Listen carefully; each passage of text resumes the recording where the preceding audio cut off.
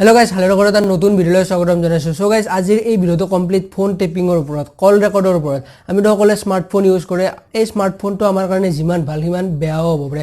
আপোনাৰ স্মাৰ্টফোনটোৰ ক্ষেত্ৰতো এনেকুৱা হ'ব পাৰে আপুনি যিবিলাক কল যিবিলাক কৰে বা টেক্সট মেছেজ যিবিলাক দিয়ে সেইবিলাক বেলেগ এজনে হ্যাকাৰে হওক বা যিয়ে নহওক বেলেগ এজনে চাই থাকিব পাৰে।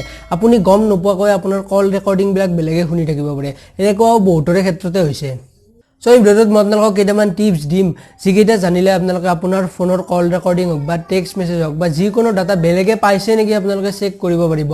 আৰু যদি কিবা কাৰণত এনেকুৱা প্ৰবলেম যদি আপোনাৰ মোবাইলৰ ক্ষেত্ৰত হৈছে তেতিয়া আপোনালোকে মোবাইলটোত কি কৰিব লাগিব সেই বিষয়ে এই ভিডিওটোত কম। মাত্ৰ 2-3 মিনিটৰ বহুত ইউজফুল ভিডিওটো শেষলৈকে চাই থাকক। এক নম্বৰতে হৈছে আপুনি মোবাইলটো ব্যৱহাৰ কৰি থকাৰ সময়ত বা ফোন কৰি থকাৰ সময়ত আপোনাৰ মোবাইলটো যদি বহুত বেছি গৰম হয় তেনেকুৱা ক্ষেত্ৰত হয়তো আপোনাৰ ফোন কলটো ৰেকৰ্ড হৈ থাকিব পাৰে। 2 নম্বৰ, আপোনাৰ মোবাইলত থকা ইন্টাৰনেট ডাটা যদি আপুনি ব্যৱহাৰ কৰাতকৈ যদি বেছিকৈ ব্যৱহাৰ হৈছে বা যদি অতি সোনকালে আপোনাৰ সেই ইন্টাৰনেট ডাটা শেষ হৈছে তেতিয়াও হয়তো আপোনাৰ ফোনত থকা বস্তুখিনি বেলেগে পাই থাকিব পাৰে। কাৰণ যি কল ৰেকৰ্ড বা ফোন টেপিং যি হৈ থাকে সেইটো আপোনাৰ ইন্টাৰনেট ব্যৱহাৰ কৰা হয়।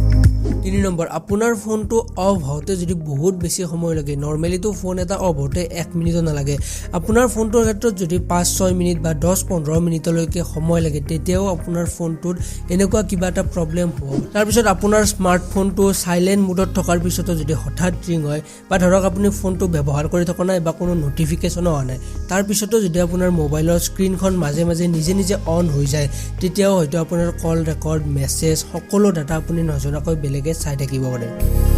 সো যদি আপোনাৰ ফোনটোৰ ক্ষেত্ৰতো এনেকুৱা কিবা এটা প্ৰব্লেম হৈছে বা যদি কল ৰেকৰ্ড হৈ থকা বুলি আপুনি গম পাইছে তেতিয়া আপোনালোকে মোবাইলৰ ছেটিংছত গৈ বেকআপ এণ্ড ৰিছেট বুলি এটা অপশ্যন পাব। নৰ্মেলি লাষ্টৰ ফালে থাকে, বেলেগ মোবাইলত বেলেগ থাকে। বেকআপ এণ্ড ৰিছেট বুলি এটা অপশ্যন পাব। তাত গৈ আপোনালোকে ফেক্টৰী ৰিছেট কৰিব পাৰিব।